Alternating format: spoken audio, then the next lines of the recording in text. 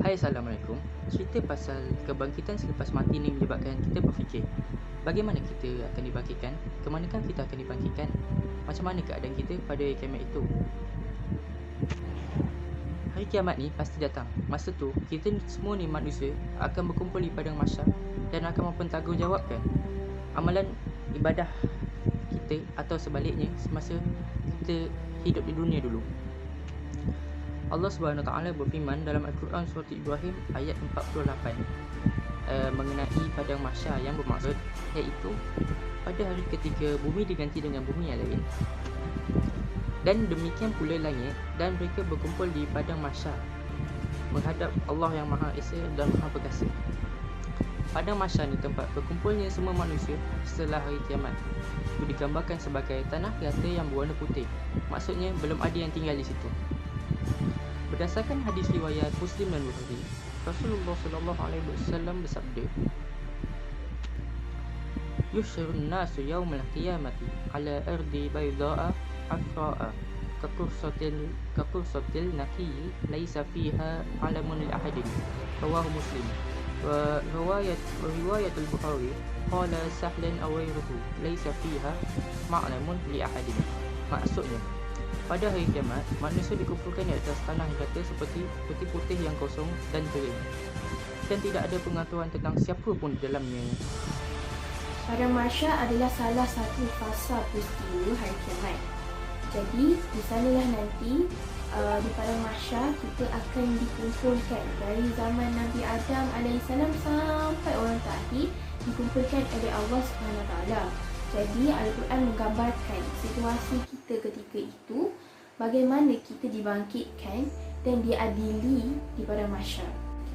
Firman Allah Ta'ala di tempat itu, iaitu padang mahsyar, tiap-tiap diri merasakan pembalasan dari apa yang telah mereka kerjakan dahulu, dan mereka dikembalikan kepada Allah, pelindung mereka yang sebenar, dan lenyaplah dari mereka apa yang mereka ada-adakan. Surah Yunus ayat 30. Ada beberapa fakta tentang keadaan umat manusia dan situasi padang mahsyar yang telah dijelaskan Rasulullah dalam hadisnya. Fakta pertama tentang padang mahsyar, di padang mahsyar kelak kita tidak akan berpakaian.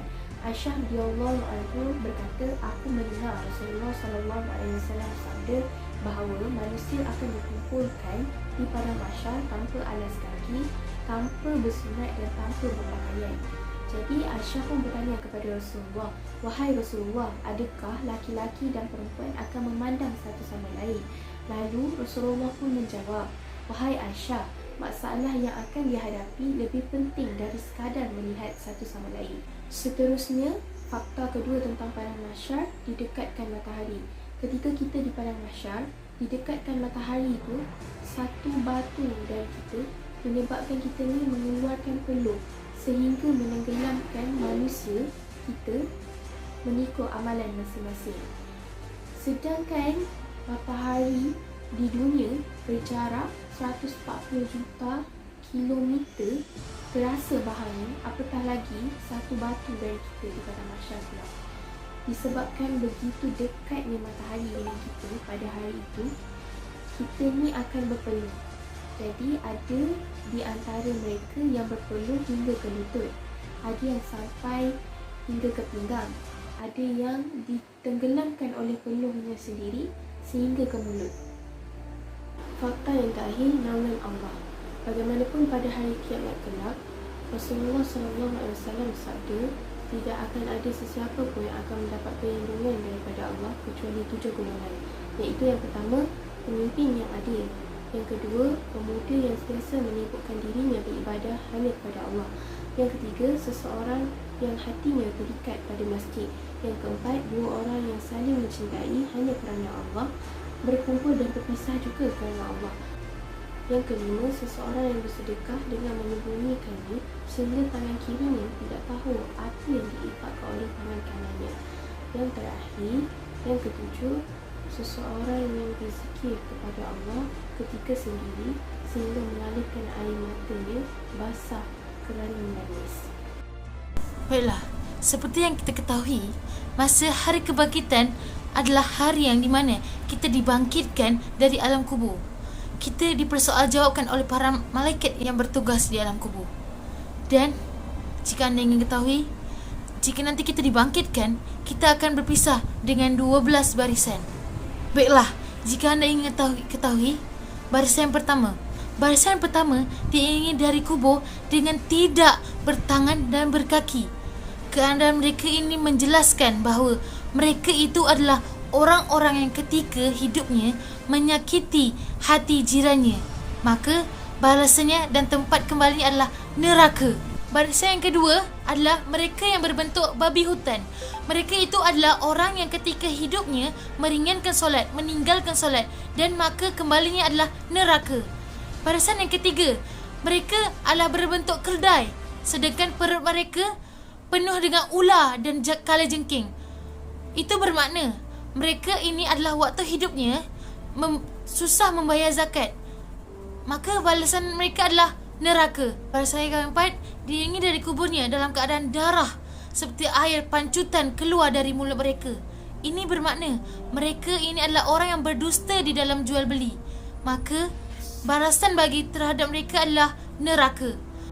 Barisan yang kelima pula diiringi dari kubur dengan bau busuk mengalahkan bangkai. Ketika itu Allah menurunkan angin sehingga bau busuk itu mengganggu ketenteraman di padang mahsyar.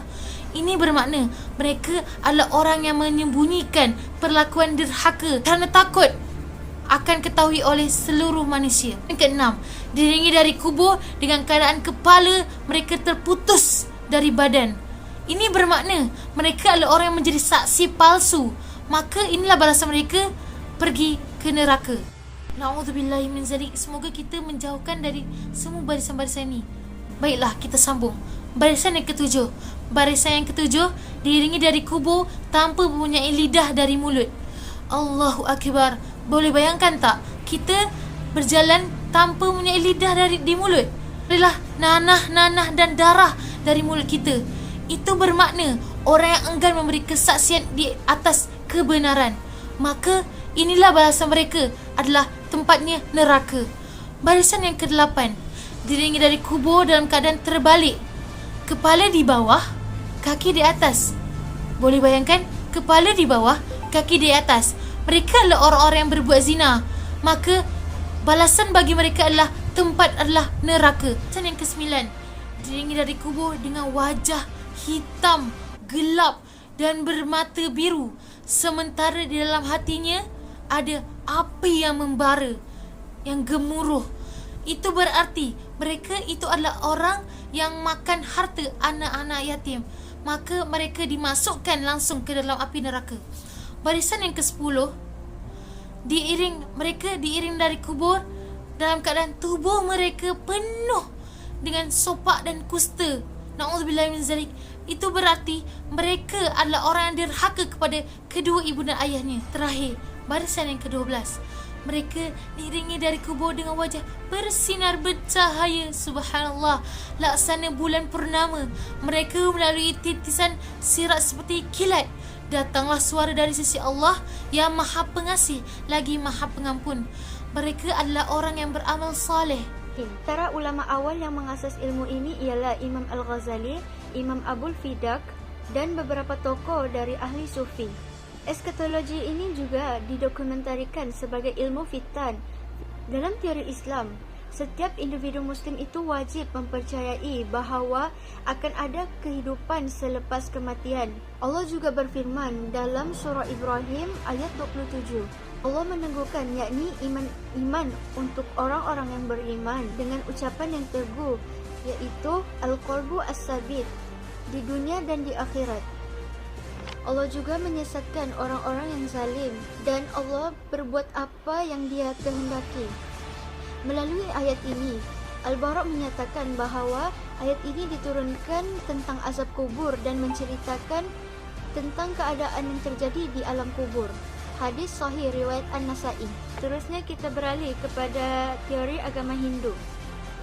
Ada juga dalam kitab Keguritan Atma Prasang menceritakan mengenai perjalanan seseorang yang bernama Bhagavan Panyarikan. Dia menceritakan tentang keadaan neraka yang mana tempatnya rumputnya seperti duri yang tajam sehingga kan tiada seorang pun yang sanggup memijaknya. Kemudian Teori dari agama Kristian pula yang golongan Sadducees, iaitu golongan yang aktif dalam membezakan mazhab-mazhab Kristian. Golongan ini tidak mempercayai bahawa adanya kehidupan selepas kematian. Akan tetapi Pharisees pula mempercayai bahawa kehidupan selepas kematian itu wujud. Pharisees juga mengatakan kedatangan Yesus, iaitu Nabi Isa, untuk kali kedua sebagai penghakiman terakhir bagi semua orang, akan tetapi menghukum beberapa orang lain sahaja.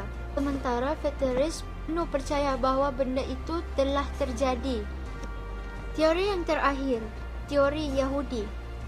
Rosh Hashanah mengatakan harus mempercayai penghakiman terakhir untuk semua umat manusia berlaku pada setiap tahun.